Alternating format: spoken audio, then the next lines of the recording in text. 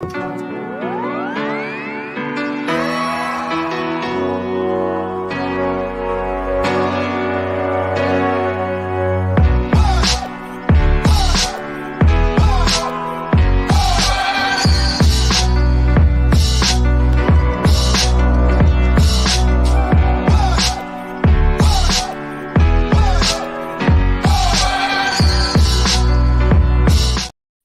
morning, everybody.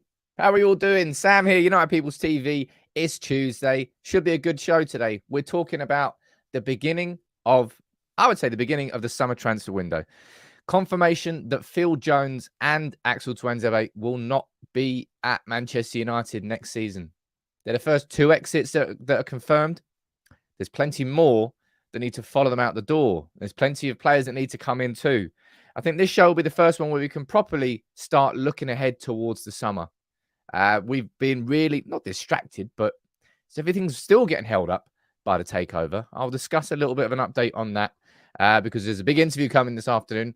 You might guess who with, that I think everyone's going to enjoy.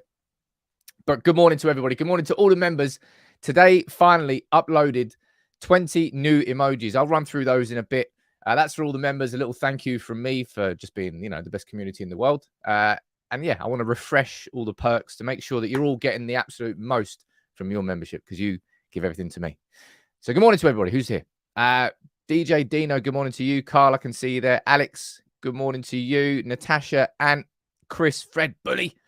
We've got Mo, we've got T, we've got Josh, we've got Paula, we've got Fatty, we've got Amy. Man, there's so many. Stuart as well. Good morning to you. Who's on Facebook? Got Michael Abia. We've got John Connolly. We've got Will Blackman, Stephen Lawrence, Calvin Malo. Good morning to everybody, man. Good morning to everybody around the world. I've said good morning about 15 times there, so I think that's enough good mornings. But look, there's one thing I want to quickly brush over here or talk about at the beginning of this show, right? And it's this. I'm sure you've seen this. This was Jamie Carragher last night on Sky with Gary Neville, genuinely putting Jack Grealish in his combined City 2023 team and United 99 when we won the treble. Putting Gundogan over Scholes and Grealish over Giggs. Now, I don't need to tell you how mind-bogglingly stupid that is. But the reason I'm saying that, and the reason I'm putting this up here, right, is because when it comes to being a pundit these days, when it comes to saying anything online these days, it's not about, well, this is the trend that it's going towards, and it's now affecting punditry on Sky Sports, and that's why I'm mentioning it here. It's not about being right. It's not about being smart. It's about being loud. And it's about saying the thing, pulling the pin out of the grenade and throwing it out there just to cause as much reaction as possible. That's the goal. That's the aim. That's a big reason why it has taken United people, in my opinion anyway, why it's taken me so long. Why it took so long for this community to sort of come through and exist. Because online these days, it doesn't matter about having integrity. It doesn't matter about being correct. It doesn't matter about the research you've done. If you can just, sorry, 1 second there. It's even making me cough. If you can just say the most outlandish thing, that's what's going to get you attention. And it's a real shame. I wish that wasn't the case. But yeah, what an idiot. Gary Neville, he did his team, didn't even consider a City player, as you should. I almost choked on the fact that Gundogan and Grealish are in that team over Giggs and Scholes. But Jamie Carragher, man, you should just focus on spitting on kids. You're much better at that. Nizam, how you doing there, buddy? Nice to see you there joining as a member. You've got access to the new emojis. Make sure you enjoy them. And I hope everyone's enjoying them. I'm really, really looking forward to... there's 10 more coming, by the way. There's 20 emojis that are down here in the comments, and there are 10 more that are coming. Now, last night, before... we're going to be we're going to be speaking about the exits. We're going to be speaking about Min-Jae from Napoli. We're going to be speaking about Osman and Chelsea, about my dream team. There's lots to run through this morning, but we're going to quickly focus on the game last night. All right. Liverpool, I was hoping that Leicester were going to do something against Liverpool yesterday. I think we all were. You looked at Liverpool's remaining fixtures. You go, if there's going to be some sort of banana skin, maybe it's going to be Leicester, who are fighting for their lives against relegation, and Leicester were crap. Leicester were absolutely woeful. Beaten 3-0. Could have been more. Should have been more. They breezed through it. And the reaction was a bit, I don't know, a bit crazy. That's what I wanted to speak about this morning, because I said this. And I honestly, who gives a crap what Liverpool are doing? If you are looking behind you, looking below you, which is where Liverpool are, then you're looking in the wrong direction. All Manchester United, Man United need to, if you look at the Grand National, when the horses, it's called blinkers. They put it on the horse's head, covers everything. So the only thing that the horse can see is what's going ahead. That helps some horses race better. That's what United need right now. Blinkers. Who gives a crap what Liverpool are doing? Who gives? It does not matter. It impacts us zero if we do our job properly. Got 3 games left. Bournemouth away. Let's be honest, Bournemouth away. I'm nervous about Bournemouth away because Man United away from home are an absolute calamity this season. Man United at home. Look at this. How good a stat is that?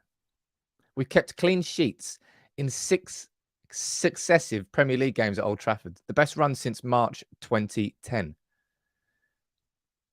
That's impressive. So I've got confidence that when Chelsea come to Old Trafford next Thursday, we'll get the job done. Just like we've beaten Liverpool and City and Arsenal and Spurs and Barcelona at Old Trafford this season. We can beat Chelsea. Bournemouth, I understand if you've got a little bit of trepidation about it. But from this position, don't be, I don't know. It's the pessimism. It's the fear. I suppose when you look at Arsenal bottling their season, we could do it. We could bottle it from this point, right? I'm not saying it's guaranteed that we won't. But my point is just don't be going crazy and losing your shit when Liverpool are beating Leicester 3-0. It doesn't matter. It doesn't matter what they do as long as what we do is good. We've got 3 games left to make sure we do that. And we did that against Wolves, and I hope we're going to continue to do that. Let me pull this one up here so I don't miss anything, because I think, yeah, man, look at it. Alex is down there. You legend, Alex. How you doing, man? Oh, by the way, the website. I'll speak to you about the website, Alex, quite soon. Alex, he's getting a gong. He's making me bring the gong out. We're going to be retiring this quite soon. We're going to tell you what, exciting update about the software. I'm hoping to get that done in the next 2 weeks. So by the end of May or by the start of June, we should have a brand new sort of setup here every single day for the live show, which is going to be a real upgrade. That's going to be good. Ian, you're saying it's in our control. We have 1 game breathing room. For Man United, from this position, for Man United to balls up the top 4, we have to lose one of our last 3 games and drop points in another one. So we would have to hypothetically lose away at Bournemouth and then draw or lose against Chelsea or Fulham at Old Trafford, and Liverpool win their last 2 games. I think they play Aston Villa next. Hey, Aston Villa, Unai Emery, man, do us a job. They've been great this season. I'm guessing it's at Anfield. Mr. Anderson saying Newcastle will slip up. It doesn't matter what anybody else does. It does not matter what anybody else does. And that's the beauty of it. Because if you're in this position and you're like Liverpool right now are absolutely fuming at themselves because they were so crap all season long that this brilliant run that they've gone on will count for absolutely sweet FA if we do our job properly. I'm so glad that we gave ourselves that buffer zone because woohoo, we need that buffer zone. And we've still got a buffer. But United, man, do not balls up from this point. I'm not saying it's guaranteed that we won't, but I'm saying that people are going way over the top in reacting to Liverpool beating Leicester yesterday. That doesn't matter. Just do your own job. Put the blinkers on. Look ahead. Bournemouth on Saturday. I'll preview that a little bit later in the week. Peter, you're saying, look, exactly that, Sam. Take care of your own job. We absolutely should be doing that. Dudley's saying we actually could finish third. We might. I hope so. Fred's saying don't jinx it, Sam. I'm not jinxing it. But if I'm Erik ten Hag in the dressing room, this is exactly what I'm telling these players. Look at yourselves. Stop concentrating on what Liverpool might be doing or Newcastle might drop points. Sod that. You've got 3 games in front of you. Win them. Do your job. Nothing else matters. We don't have to rely on somebody else to drop points. Sod that, man. Do your own job. That's what I mean. Who cares what Liverpool are doing? Going to have an absolutely crap season, win absolutely nothing, and not even have Champions League football next year. You abysmal football club. Anyway, back to our abysmal owners.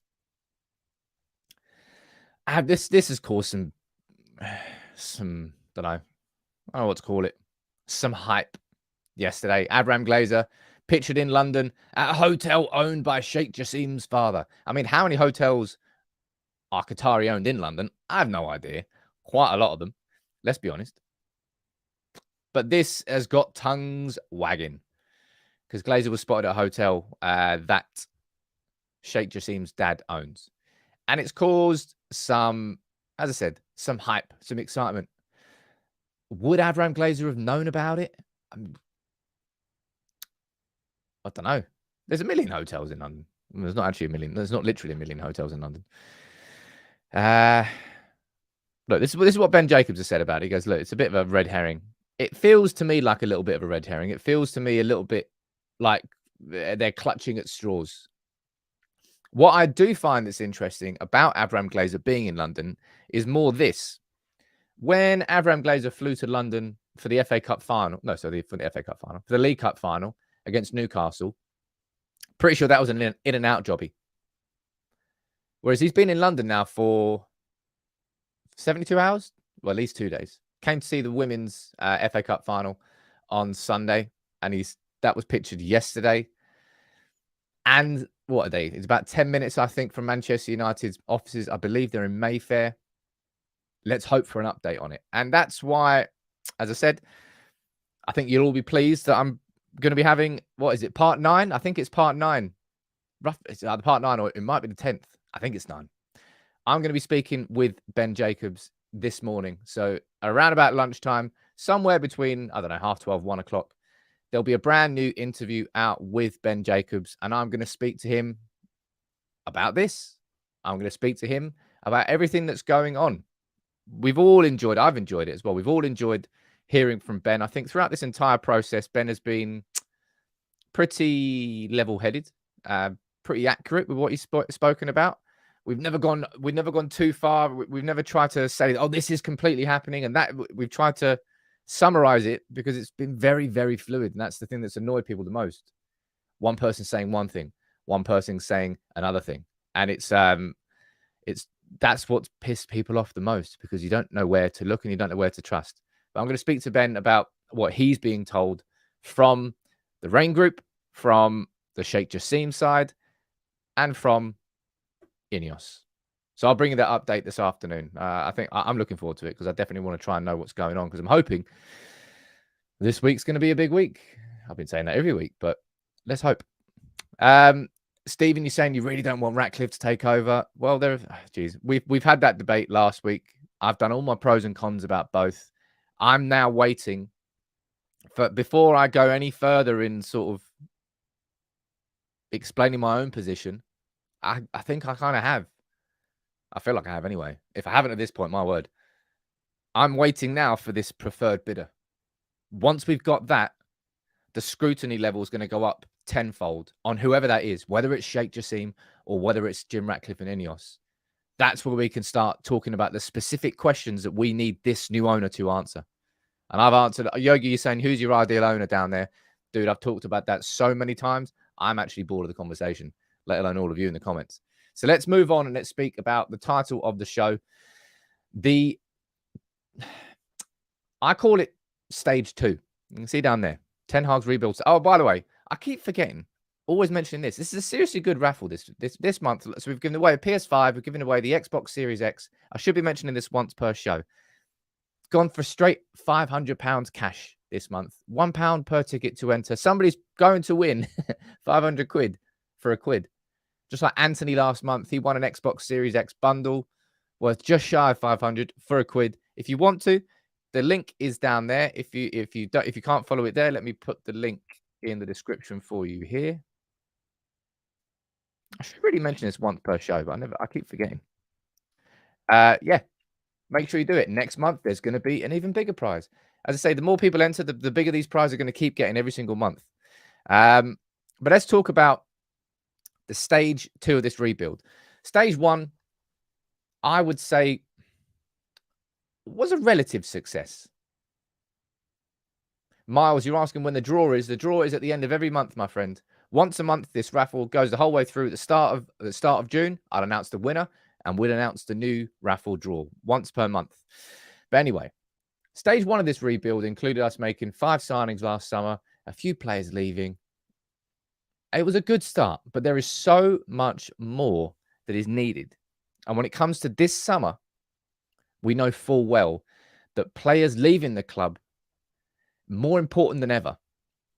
So we've got confirmation here of the first 2 players that will be leaving, Phil Jones and Axel Tuanzebe. Confirmed by Fabrizio Romano that the decisions have been made by Erik Ten Hag. And I feel genuinely, when it comes to Phil Jones, it's a bit of a mixture of emotion. I have a lot of sympathy for him. But my word, I would have let him go years ago. There's only so far that your sympathy can extend when somebody's on, I think around about, is he on over 100 grand a week? Man, I think Phil Jones is due a testimonial. He said he's not going to take one, obviously, because he's hardly played. Phil Jones was the what if, man. Fergie said he was a new Duncan Edwards. You remember that? Fergie himself said that. When we signed Phil Jones from Blackburn, you didn't know whether he was a centre-back. You didn't know whether he was a central defensive midfielder. So much promise. Injuries ruined it. See, this is where I would disagree, man. It's not Phil Jones's fault that these injuries have kept coming and coming and coming. It's Manchester United's fault for giving the guy a ridiculous contract, actually extending his contract, and then not being able to shift that player on. It's our own fault here. And when it comes to Axel Tuanzebe, that was him pictured in pre-season. Remember what happened? If I remember correctly, Tuanzebe was part of the squad that travelled. He then got injured, and then Will Fish came out, and I think he scored an own goal, and we've never seen Will Fish since. If I remember correctly, I don't know what I'll do. Tuanzebe is definitely. There are 2 players here who were anyway, immensely talented. Phil Jones, there's a reason we signed him. There's a reason why Fergie said that he could be the new Duncan Edwards, and that didn't quite work out, did it? And Tuanzebe, when he came through, I had high hopes for him. If I remember correctly, who was he partnered? When he played for the under-18s, what was the name of his partner? Damn it. It was Tuanzebe played at centre-back with somebody else, and I think they set a record for the under-18s in terms of clean sheets and goals not conceded. Will Fish got sent off. That's what it was. Apparently he's in Hibs in Scotland playing quite well. Well, fair play to him, but just not at Manchester United. Tuanzebe was just... He's another one of those players who you can add on. It's quite a long list at Manchester United. I suppose it's a long list at any club, really. Young players who come through and injuries just stop their progress. Will Kane is one that will always stand out to me in that. I think he was going on the pre-season tour. I think was that the season after he won the FA Youth Cup? He just got his call up to England. He was Roshan Williams. Thank you very much, Daniel. That's exactly who his partner was. Look at that. What community? Roshan Williams and Tuanzebe. Both of them had such promise, and neither of them really have come through. Will Kane was one I always thought he could make it. James Wilson, there's another one. Injuries hampered him, and there are so many others you can add into that category. But this is the beginning of something really important for United, because we talk about it so often, right? About deadwood, you've got to clear the deadwood out, and you do it sometimes. You don't do it perfectly, this summer really is going to be the time where I think we absolutely nail it. Quickly ask you in the comments here. Fire in your. I think quite a few of you are mentioning Makeda. Who are the other ones? The players that had so much promise when they were younger, but injuries just kind of stopped them from becoming the star that they could have been at Manchester United. Who else do you think? I'm going over here because I think my main man over here. Yeah, I'm a potato, which is still probably one of my favorite names on YouTube. Oh, look at that. Nathan, you just said at the same time, 15 gifted memberships. 15 gifted memberships. Double gong. Double gong shi. You can hit the gong shi emoji now in the comments. All the members anyway. Big up to you. Januzaj? Did Januzaj really get that many injuries? I can't particularly remember. I know he was a shining light in the Moyes season, but I don't know. I might be wrong there. I might have just completely blocked it in my mind. Angel Gomez, Chris Eagles. Jeez. Giuseppe Rossi. Wow, that's a good shout there from Alex. Giuseppe Rossi. My God. I even felt sorry for him when he was getting injured elsewhere. Didn't he go to like Villarreal? Was it Juventus he went to as well? Jeez, what was Giuseppe Rossi's career path when he left United? Giuseppe Rossi. What did he do? My God, look at that. He left United, went to Newcastle on loan, Parma on loan, went Villarreal, Fiorentina, Levante, Celta Vigo, Genoa, Real Salt Lake. Oh, look, is he still playing? My guy. That's a really good shout, that one. Who else we got? Ravel Morrison. Was that injuries or was that just a bit up there with him? There's plenty of names you can add to this list. Plenty of names you can add to this list, I'll tell you that. Sad as it is.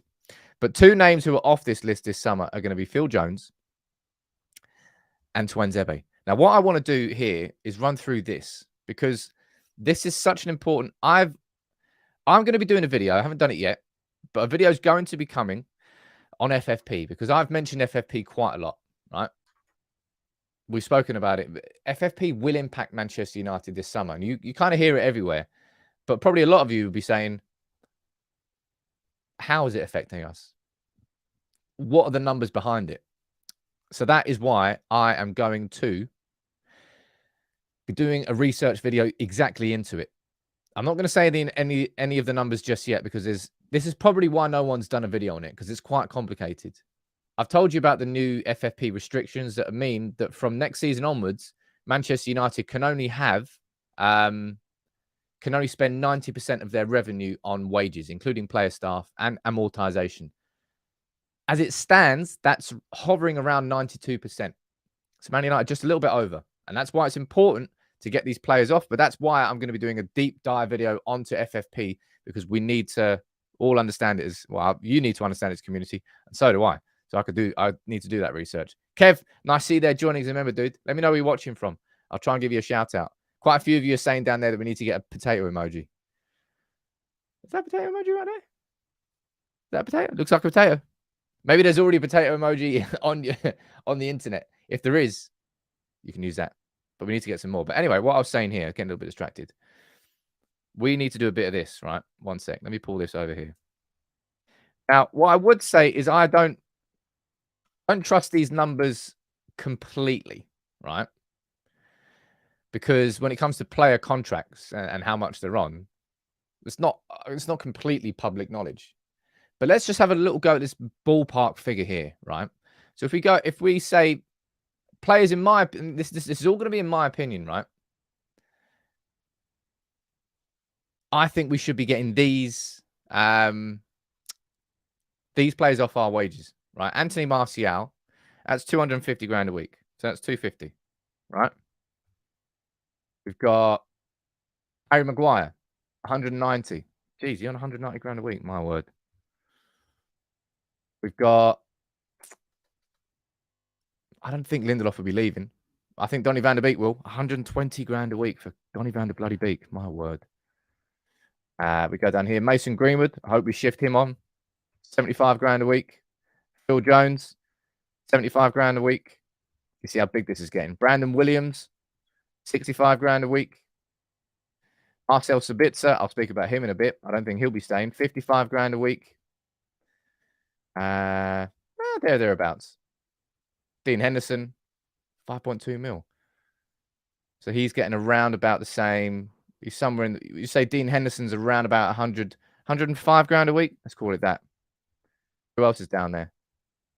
And then Tuanzebe, he's down there as 2.6 mil per year, which matches up to around about 50 grand a week. There or thereabouts. Me just doing that list and running through those numbers together, you're looking roughly at £1 million a week. The Man United can save. Eric Bailly, where's he? Oh yeah, Erik Bailly, 4.16. That means he's on around about 80 grand a week. So we're over $1 million now. My word. Alex Tellez, he's on 4.8. Jeez, man. It's a joke. It is a joke. Man. I've ruined it now. I've sod it. You are genuinely looking, honestly, at somewhere in the region of 1 to 1.2 million pounds per week that Manchester United can get off our wage bill. Bear in mind the fact that we've got Ronaldo off our wage bill in November. And you get those two together. This really is just the beginning. You're looking at somewhere in the region of 1 to 1.25 million pounds per week on players that if they leave, that you wouldn't notice a drop-off in our starting 11. And I'm not sure our squad is too drastically affected. De Gea's wage reduction, really good point there as well. That's going to save probably in the region of 100 to 150 grand a week extra. This is what I mean. If I need to do a video on this. You're looking at around $1 million, probably in the region of 1.5 million per week, which is probably what Gungshi spends on memberships. 1.5 million per week that we're going to be getting rid of that won't really affect our weight, won't affect the quality of our starting 11 or really the strength of our squad. That's how big a job that we've got this summer in terms of getting rid of players. Now, Phil Jones and Tuanzebe, two of them, it's a good start, but more needs to follow. Stephen, you're saying we will keep hold of Sabitzer, I think, but I'll be completely honest, right? I think this is probably the last we're going to be speaking about Marcel Sabitzer. I did my keep sell video. I told you there was probably going to be an update on that come the end of the season. At the time when I did that video, I said I could see how Sabitzer at 20, 25 million could come in and be a very good squad player. I saw the profile of him. I saw him working for us. I could see Sabitzer working as a signing in the summer. I don't think that conversation exists anymore. Is that, I think that's the third injury that he's had at Manchester United. I think so. And that's him out for the season. Well, I say the season. He's only going to miss the next, 3 games. It's a real shame for him. But for me, that ends, in my opinion, that ends the conversation around Sabitzer. As good as I felt he could have been, the injuries, scrapping that, in my opinion anyway. I don't think Erik Ten Hag, I don't even know what his injury is. Fletcher saying about how bad Sancho's wages. As I said, what I would say, don't take this as utter gospel. What I'm saying, that's probably why I haven't done a video on it. This gives us a ballpark because we know that De Gea is on 375. So we know it's the ballpark. I know Sancho is on a lot. And I've had a conversation about it because I did my video yesterday, which was that one. That's not it. That's Min-Jae, who we will be speaking about next. I did my video yesterday. Where is it? Is that one there? It was a little bit of fun. All right. It was a little bit different. I just kind of ran through a bit of a dream team. I'll be honest, it wasn't. When I did the video, I was like, right, okay, Sam, do a dream team, but kind of stick to a realistic budget rather than just saying, oh, I'd sign these 6 players and look how good we are, because it would never happen. And then I kind of ended up doing it anyway. But then I never even spoke about this bloke because Sabitzer, goodbye, unfortunately for him. Min-Jae is a name that has been linked to Manchester United. Well, it's not the first time here with these stories. You can see down there, 27th of March. Min-Jae is a fantastic centre-back, right, for Napoli. Kind of think of think of like Rafael Varane, probably in his peak Real Madrid days, but just a bit beefier, just a bit bigger. Ross, you're Hakimi at right back. Trust me, I told you it was like one of those stupid dreams. That's why I said there was a little bit of logic to some of the positions. In other positions, I was like, sod that. But Kim Min-Jae, I think the reason that I think even without the release clause, and I don't actually know the clarity on the release clause, right? Don't know what that release clause is. I think from what I've been reading, it's in the region of 60 million euros, right? But there's no actual clarity on that. Apparently, I missed a super chat down there. Let me go up here and pull this one up. Mo, sorry, buddy. You're saying Kim Min-Jae and Willy Kambwala would sort the defense out. Now, Kambwala is somebody who I think we signed from, where was it? Marseille? It might be Marseille. Anyway, we signed him, a French teenage lad.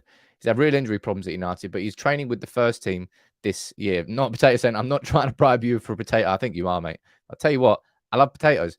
I've spoken about potatoes because of you so much on this channel. We talked about favorite potato, but all the jobs. As a player, Kim Min-Jae, I'm going to call him Kim, right? I can't get Kim wrong. Kim's exciting. We take a quick look because I like to do this. I think using these pizza charts, right? It's not the be all and end all of understanding a footballer, but data is really important in the modern game. Okay, so by using this data, we can then sort of compare the profile of Kim to other Manchester United players. Where are his strengths? Well, his strengths are pretty obvious, right? We go here. Remember, this is the percentile rank. The higher this number is, the closer this number is to 100, the better he is compared to other centre-backs in Europe's top 5 leagues. That's how these charts work. In terms of touches, in terms of tackling percentage, in terms of, passing, progressive actions, he's a very good centre-back. He is somebody who definitely brings the ball out from the back. If you were to compare him to Rafael Varane, for example, so Kim is the red pizza chart and Rafa is the blue one. You can see there in terms of his touches, in terms of his tackling percentage, he's dwarfing Rafa Varane. Varane's better with clearances. Varane's better with his aerial duels. But in terms of progressing the ball forward, he's a little bit better than him. Slightly better than him. If you compare him to Harry Maguire, you can see they're not too far off in the touches or the tackles. In terms of the clearances, what color is he? Harry Maguire's red here and Kim Min-Jae is blue. So a little bit confusing. The reason that I think Erik ten Hag would be interested in Kim is certainly his ball progression. If you've watched him at Napoli this season, he's not just like a bruiser defender who will win the ball and pass it to somebody else. He's very capable of doing that, but he's also capable of driving forward, of progressing the ball forward, of actually dribbling the ball forward, if need be. He's a very good centre-back. And I think what it is with Kim, I'd say it's the opportunity of the release clause, which will only be valid in July. That's an interesting one. I think it's, this isn't confirmed, but I think it's in, apparently there's like a 2-week period in July where this release clause will be valid. So maybe Napoli will try and get him to sign a new contract before then.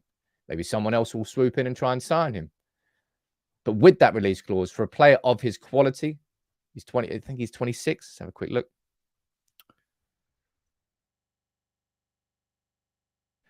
Yeah, he's 26, 27 in November. He really is a powerful, ball progressing, physical, really physical. That's probably the biggest word I would say around him. Defender. If you were to look, like I pulled this up yesterday. I've updated it here. Remember, this is all just dreaming. This is all just having a conversation, right? It's not actually what I think is going to happen. Oh, zoomed in a bit far. But I've added Kim to the list here. I think Manchester United need to get a new goalkeeper. I've already made that abundantly clear. But look, maybe it won't happen. But if we do, I think Diogo Costa would probably be the correct man. But look at this as an option. Okay, let's be realistic, right? Let's just get rid of that because I don't think this is going to happen. So this is a bit of a pointless conversation. That was only a bit of fun. I don't actually think the Manchester United are going to be doing anything with our right backs this summer. Because of finances. I think Ten Hag probably would want, in an ideal world, he'd probably go for Yuri and Timber there. And maybe Yuri and Timber would be who he'd go for instead of Kim Min-Jae. That would be an interesting conversation to have. Type it in the comments actually below. If Man United could sign one of those two players, I like having these debates. Going to do one on Tielemans and Rabiot in today's short video for Instagram and TikTok. Who would you choose out of Kim or Timber? Which one would you go for? Type it in the comments and I'll see what you think. But look at that as a back four and the back four options. Shaw, Martinez, Varane, and Wan-Bissaka with Marcia, with Lindelof, with Kim, and with Diogo Dalot. That's options. That's a lot of options there. A lot of depth as well. The sort of depth where if Martinez and Varane get injured, you wouldn't be you'd be worried. Of course you would be. But there's a lot of strength in depth there. There's a lot of money there too. That's what I mean. Would we start realistically? If I'm instead of doing a dream team and I'm doing like, okay, what would actually be a realistic summer? I'll probably do a separate video on this. And you're not going to keep Dean Henderson happy. You've got to sell him. No chance of keeping him happy. Probably looking at something like that. 1 signing, 2 signings, 3 signings, 4 signings. That's not outrageous. Let me see what you're saying down here in the comments. Fred, you're saying either. Miss Teacup, you're saying Timber. But lots and lots of you are saying Kim. Timber for versatility. Timber. We're definitely not getting Frimpong. That's what I would say. And that again, that's an opinion. That's not an informed opinion. That's just an opinion. But I don't think we'll be going for Frimpong. If you've watched it, did you watch who was it they played the other day? Was it Roma? Mate, Frimpong is just a straight up winger. He is a straight up winger. Lots and lots of you going for Kim. I think that'll be an interesting one. That's definitely an interesting debate to do. I'll do that in another video. I'll write that down here so I don't forget. I'm going to type in Kim or Timber. Noted. But yeah, this is going to be an interesting one to watch. Ayodeji, you're saying, where's Sancho? I told you in the video I did yesterday. I've lost it now. There. You can only put 1 sub on. So just because I've not got Sancho there doesn't mean that I think we're going to sell Sancho. Although I do genuinely feel that it's a conversation that will be had behind the scenes because we've got Rashford there, because we've got now Alejandro Garnacho, who will want to start every week. Can you really have Rashford, Garnacho, and Sancho all in those positions? Keep them all happy with the wages that Sancho is on? I think it's a conversation to be had. Because I don't think he's going to be... He's not ahead of Rashford in the pecking order. And I doubt very much he's going to be ahead of Garnacho in the pecking order after the breakthrough he has had this season. There's question marks around Sancho's future. It's not just because of him as an individual, but it's about the circumstances and the quality of our squad. Because of Garnacho's breakthrough, I think there are now questions around Sancho. Just an opinion. You might disagree.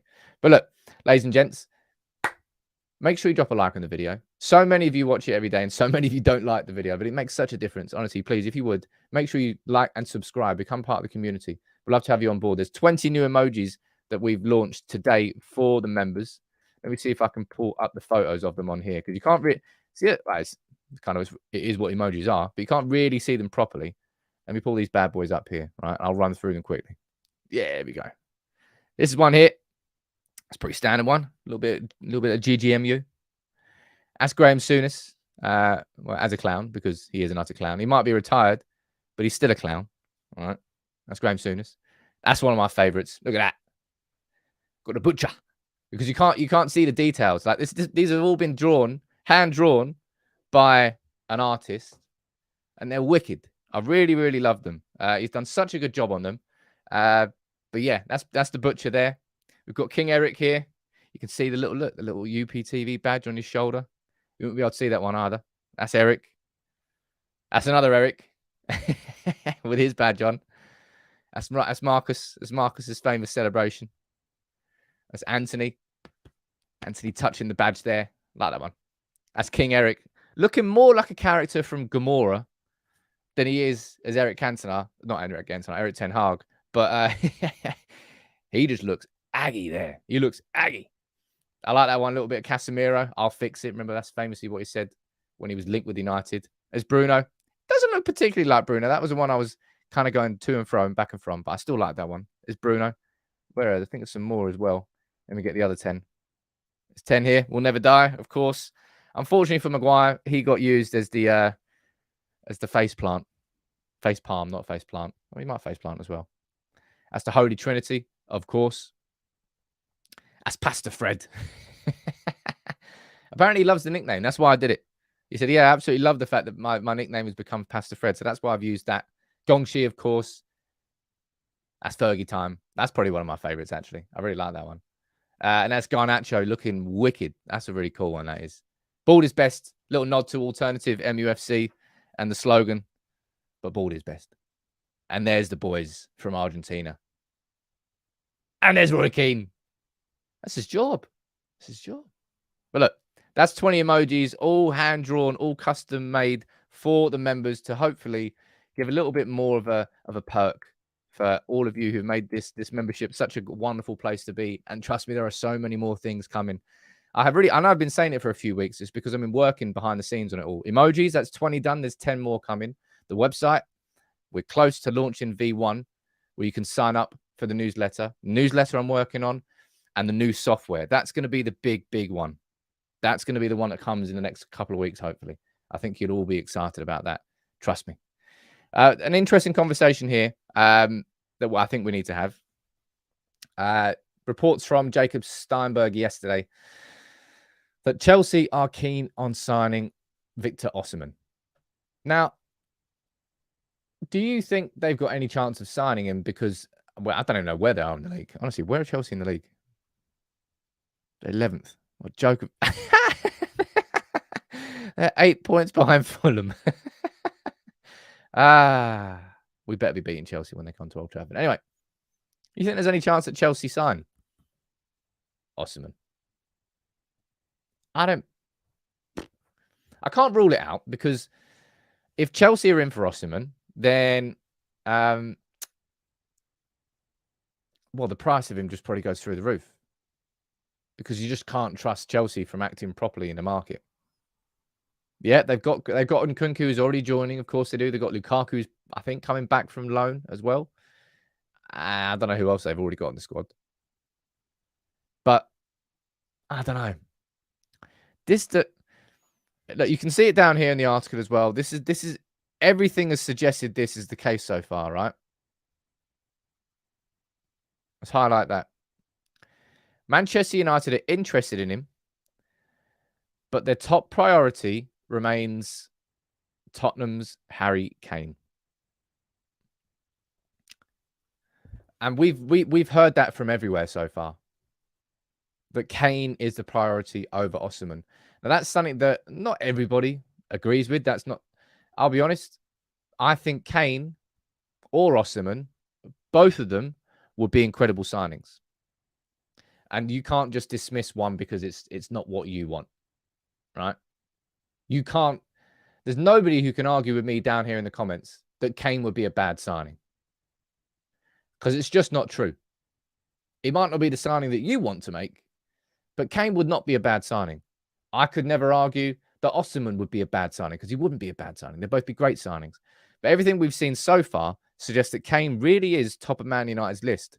And maybe if Chelsea go in for Osman, maybe that changes that conversation. I don't know. It didn't really change that conversation for us. But, I mean, would they really be able to? How can they possibly afford someone like Osman when they're, well, they spent like 700 since 700 mil since Todd Bowley took over? I don't know.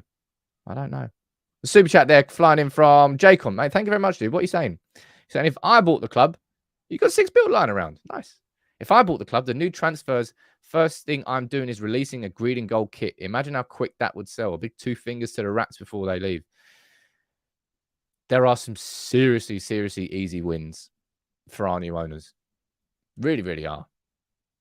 And maybe if Ratcliffe still has the Glazers as minority stakeholders, that he wouldn't do something like that. I'm sure that I'm sure the Qataris would, and they wouldn't give a crap. But there are some definitely easy wins. I hope imagine they release the green and gold kit. I would buy the crap out of that. Carl, you're saying, Sam, do you think the plan is Kane then Sesko in a couple of years? Maybe. But I don't know. Chelsea and Osman, I don't really understand that. Of course, if we go for Kane, then we're having a conversation with Daniel Levy. They'd have to sell to a Premier League rival. There's red flags all over that. In fact, I actually think I did a video saying why United shouldn't go after Kane. Because there are so many red flags around him. And it's not about Kane as a footballer. It's about the operational perspective. That's what we have to get right this summer. And it's what we got wrong so badly last summer. And I'd be scared and worried that if we went after Kane, that would get dragged out. Really would just get dragged out. And look, Poch is going Chelsea, remember? And I know that you'd never think that Spurs would sell to Chelsea, let alone selling Harry Kane to Chelsea. So that's probably not likely. But you don't think Poch will try? Because he will. Josh, no mentioning how much he's going to stunt James Wilson's growth. All right, I shouldn't have mentioned that. Why did I bring that up? I'd give you a lot of stick to beat me with. Shouldn't have done that. FP saying, I'm looking forward to the development of Gabriel Bianchetti. That's the one we signed from Cardiff, I think. I think we signed it from Cardiff.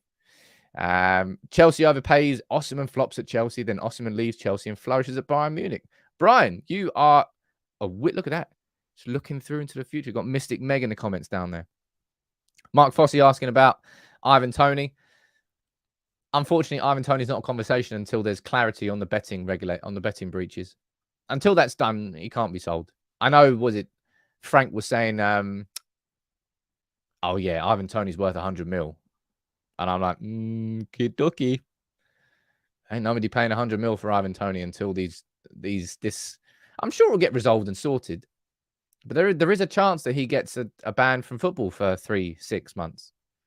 So therefore, you can't go there and make a move for Ivan Toney until you got clarity on that. So as much as I think Toney, and I do think Toney would be a very good signing for United, I really, really do. But you're probably looking at somewhere.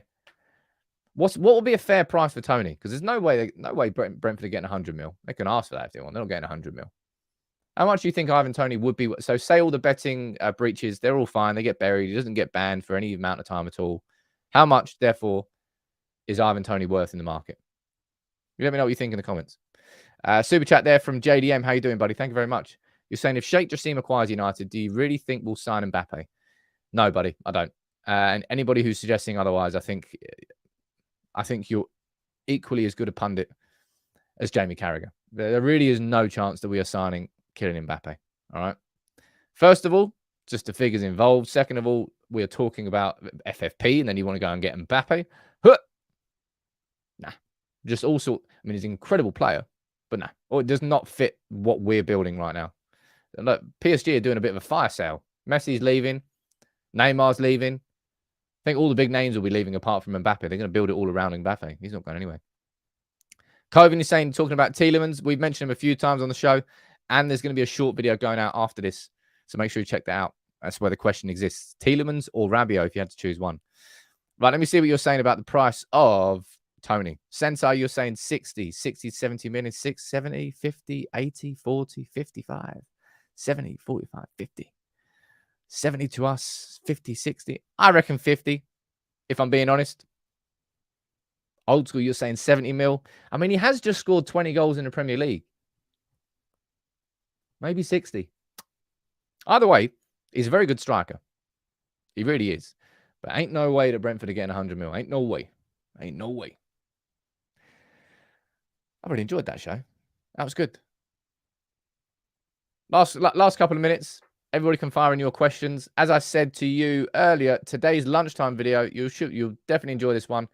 It's the latest interview with me and Ben Jacobs. We're going to run through everything that happened over the weekend with the news that Ineos are leading the race. What's going on? What's being said from all three sides? That's what the interview is going to be. It's not going to be an interview that gives you like in the know exclusives of what's happening in the next couple of days. It's about interpreting everything that has happened so far and what we truly understand and what Ben is being told by all three sides. That's what the interviews are for. So I hope you'll enjoy that one. Ricky saying, what's your favorite flavor of crisps? Hot Cheetos. I can't stop eating them. I went to Vegas and found them, and I was like, what are these? They're covered in something that doesn't get sold in the UK. And I stained my fingers red. And I wiped it on the hotel sheets. And then, yeah, the lady who changed the room was a bit concerned about my welfare. I was like, no, I'm just eating Cheetos. Can't get them in the UK. We can get them in the UK, but they're really expensive. They're like £7 for a bag of crisps, but it's still worth it. Still worth it. Fred, you're saying, Sam, the only word we're asking is when. Of course, that is definitely the only word that we are asking. That's what I'm going to be speaking to Ben Jacobs about. But of course, remember that he can't confirm that. Even if he was told what it was and we gave it, we still couldn't believe the Glazers. Remember that we hoped originally, the original deadline was the 31st of March. What are we, 7 weeks, 7 weeks here? Mo Sadat saying, get Verratti on a free. Nah, man. If PSG are letting him go on a free and we're hearing that they might, nah, let's not do that. Let's not do that. Game of Beans, nah, we are talking about flaming hot Cheetos. They are a very specific type of hot Cheeto, not just your generic average ones. All right? It's flaming hot Cheetos. Go and Google it. Anderson, what's your favorite beer? I like Modelo. I love Modelo. That's like the summer crisp barbecue lager. You can just drink loads of those. It's great. Scones or scones. I've just offended half the people here. Cream or jam first. I don't really care. I don't really like them. I do like them. I just never go out and actively buy one. If I was sitting there, I was hungry and I was there, oh, go on in, I'll put one in my mouth. And you're saying, what I want to know is the bathroom finished yet? I'm not talking to you about my bathroom because it is finished, but there are problems. Let's see what that. Alex is saying, Sam, are you happy with Pasta being the backup for Bruno all season? Not particularly, but I don't think that's a priority position. I think that gets resolved the summer after. The summer after, you're probably looking at the right back. You're probably looking at an understudy to Bruno Fernandes. But in the meantime, Bruno's just Bruno. And until hey, look, maybe it'll never happen. Touch wood, touch wood. Maybe this is just Bruno just powering through constantly and never getting injured. It's mad. Matt Frost saying, last time you cleaned your ears? Last night, before I put some drips in. My voice sounds really weird. I don't know. There's something wrong with my ears at the moment. Kind of sounds like I'm a little bit underwater. I can hear my own voice in my own head quite a lot. It's annoying. Did we go down there? 1 second. I might have missed something. So many of you enjoying the new emojis. That's wicked, man. I can see so many emojis down here. That's awesome. I know that I keep saying that you can't spam the emojis, and I'm just giving you 20 new ones. So, of course, you're going to be spamming it a little bit. But look, I'm going to wrap the show up for today. Thank you, everyone, for tuning in. We spoke in depth about Kim Min-Jae, about the beginning of this. This is the important one here. This does deserve a video unto itself, and I probably will do one because these are 2 exits here. And if we look at how much can be taken off the wage bill and we run through that, I'll just ran through it with you there. We're looking in excess of £1 million per week that we can take off our wage bill, and it wouldn't really make too much of a difference to the quality of our starting 11, nor really the quality of our squad. Right? Thank you, everybody, for tuning in. I hope you enjoy the emojis. There's 10 more coming. There will be more than that, actually. But trust me, it's a good place to be. Make sure you drop a like on the video and become a member. Why not? Join the community. It's a good one.